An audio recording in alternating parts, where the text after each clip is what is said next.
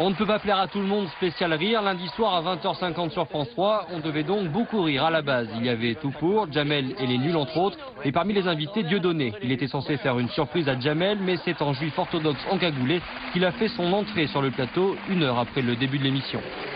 Vous trouvez judicieux d'offrir la parole à ce moudjahidine du rire? Le ton est vite donné, le sketch vire à la tribune. Et essayez de vous ressaisir, rejoignez l'axe du bien, l'axe américano-sioniste. Des propos engagés, des sourires de plus en plus forcés et le malaise grandissant de Marc-Olivier Fogiel, plutôt blême à l'antenne. Dieudonné n'était pas venu pour faire ça, il était venu pour faire une forme de portrait de Jamel et il nous a emmenés complètement sur autre chose.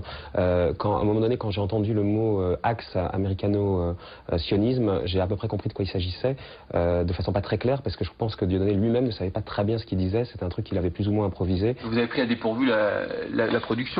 Enfin, c'est pas ce qui était prévu. Il ne peut pas plaire à tout le monde. C'est le titre de l'émission. Bon, ben voilà, je l'ai illustré. J'ai pas cherché à ce point-là une provocation, mais j'ai cherché effectivement à mettre le doigt sur quelque chose qui me paraît important et je me dis il faut installer du rire là, parce qu'il y a un repli communautariste qui m'inquiète. Avec Dieudonné, il est toujours borderline. Dieudonné, borderline d'accord, mais à l'antenne c'est une série de fausses notes. On laisse le public faire une ovation debout à l'humoriste. Seuls quelques SMS de protestation sont diffusés et le programme continue comme si rien ne s'était passé, ou presque. Quand ça s'est passé, il y avait deux solutions. Soit j'ouvrais le débat avec Dieudonné et lui faisais prendre conscience, ou en tout cas lui poser des questions sur la limite qu'il venait de franchir. Et je pense que c'est exactement ce qu'il attendait. Et ça devenait quelque chose où Jamel allait s'en mêler, où Jamel, qui est un vrai leader d'opinion, pouvait lui aussi déraper, etc. Donc moi, j'ai pas voulu. J'ai voulu au contraire que le truc passe en signalant le dérapage. Donc je regrette pas une seconde du fait de ne pas avoir ouvert le débat à l'antenne. Je regrette simplement le fait de ne pas avoir marqué une désapprobation plus rapidement et peut-être de façon plus affirmée. Dieudonné, lui, refuse de parler de dérapage. Son intervention en direct, il l'assume entièrement.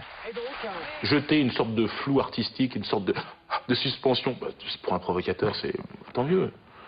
Oui, je remarque qu'il y a une sensibilité quand même particulière quand on aborde évidemment le problème du sionisme en ce moment. Ils sont terribles, quoi. On se sert, il y a plein de gens qui en ont marre d'être montrés du doigt comme étant antisémites. Dieudonné persiste et signe dans un contexte sensible. Beaucoup de réactions cette semaine. Le CRIF, la LICRA et le MRAP ont condamné tour à tour les propos de l'humoriste.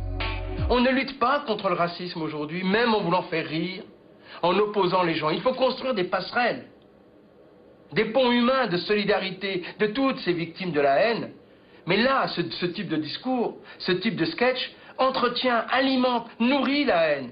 De peur d'avoir été mal compris sur France 3, mercredi, soit 2 jours après le direct, conférence de presse dans le théâtre de Dieudonné. J'aime bien aller taquiner la sensibilité communautariste chez les intégristes. Dehors, des membres de l'Union des étudiants juifs de France sont venus manifester leur désapprobation, beaucoup plus vivement que l'animateur ne l'avait fait sur France 3 lundi. C'est bien que vous veniez me le dire. Eh bien, j'aimerais calmement vous remettre simplement ce livre qu'on puisse et on s'arrêtera là. Voilà, je vous remercie. Non, mais devons partager la discussion. Mais l'onde de choc a également touché le siège de France Télévisions. En 2 jours, 560 messages de téléspectateurs sont parvenus à la médiatrice des programmes. J'espère une réaction sans ambiguïté d'excuses et de regrets qui effacera, je l'espère, cette émission lamentable et indigne du service public. Il pose des questions très précises sur le contenu du sketch, sur la façon dont Dieudonné a pu entrer comme ça sur le plateau, d'une façon qui a apparemment surpris beaucoup de monde.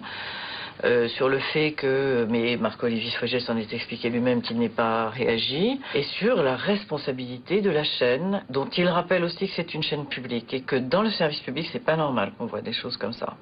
Et afin de rectifier le tir, une lettre d'excuse a été envoyée aux téléspectateurs mécontents. Un mea culpa signé France 3 et Marc-Olivier Fogiel, producteur d'ONPP, producteur de Plus Clair également. Dans le direct, dans une émission qui n'était pas faite pour être a priori sérieuse, qui était une émission un peu déconnante, et qu'à un moment donné, embarqué dans l'histoire, et ben voilà, il y a des choses qu'on franchit soi-même, une ligne qu'on n'a pas envie de franchir et qu'on se reproche après d'avoir franchi.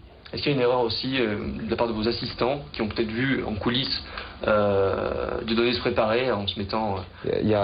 Dans un bateau, il y a un capitaine. Quand le bateau va dans le mur, c'est pas la faute des mousses, c'est la faute du capitaine.